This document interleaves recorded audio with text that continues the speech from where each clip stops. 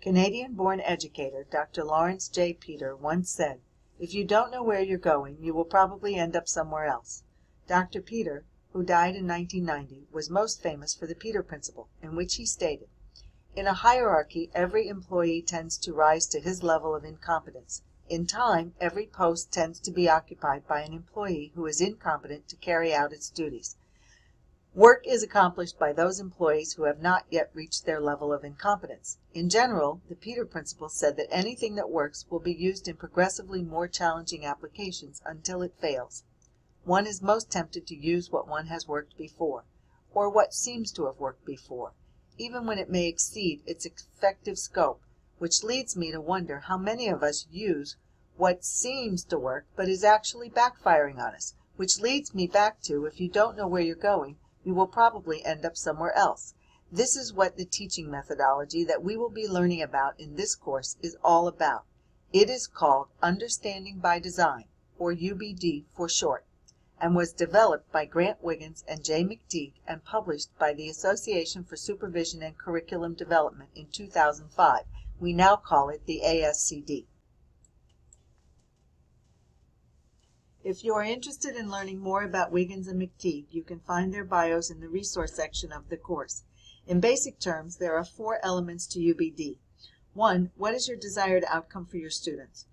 What is the big idea that is encompassed in this outcome? What is the enduring understanding that can be said and thought about this outcome? 2. What probing questions can be asked?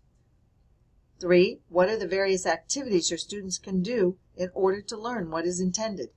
And 4, how will they show you, themselves, and others that they have learned it? That's UbD in a nutshell. For the purposes of our course, we're going to use the topic of Tikkun Olam as an example to discuss further the concepts of enduring understandings, essential questions, facets or evidences of learning, and presenting the learned work. Think, what do you see in the photograph here? What do you think the intended goal or outcome of the learning is? What is the big idea? Have you ever gotten that in your gut feeling where the tears well up for no apparent reason? Was it a song that got you, a piece of music, a poem, piece of writing, a thought, prayer, creed, the expression of which was so meaningful, so resonant that you felt it in your gut to your bones? That is what a big idea is. It is something that Nehemiah Moskowitz calls making the angels sing.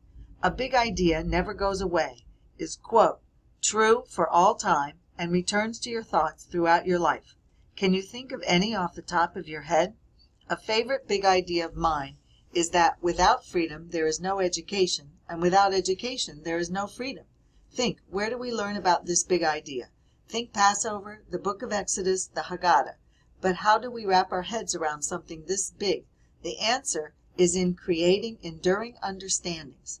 An enduring understanding, or EU as it is often called, is a sentence or two that offers a particular proposition about a big idea.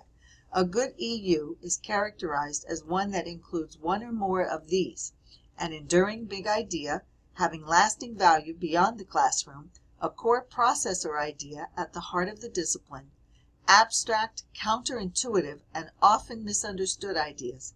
A big idea is embedded in facts, skills, and activities, and is lifelong.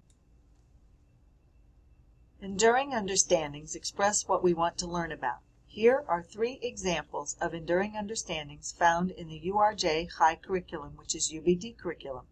The first EU is about the big idea of Tikkun Olam and Gemilut Chasadim for 1st or 2nd graders. The 2nd and 3rd EUs are for older elementary students. As you read these EUs, think of them as goals or outcomes for your students. What kinds of questions will need to be asked in order for the students to really grapple with the proposition in the EU?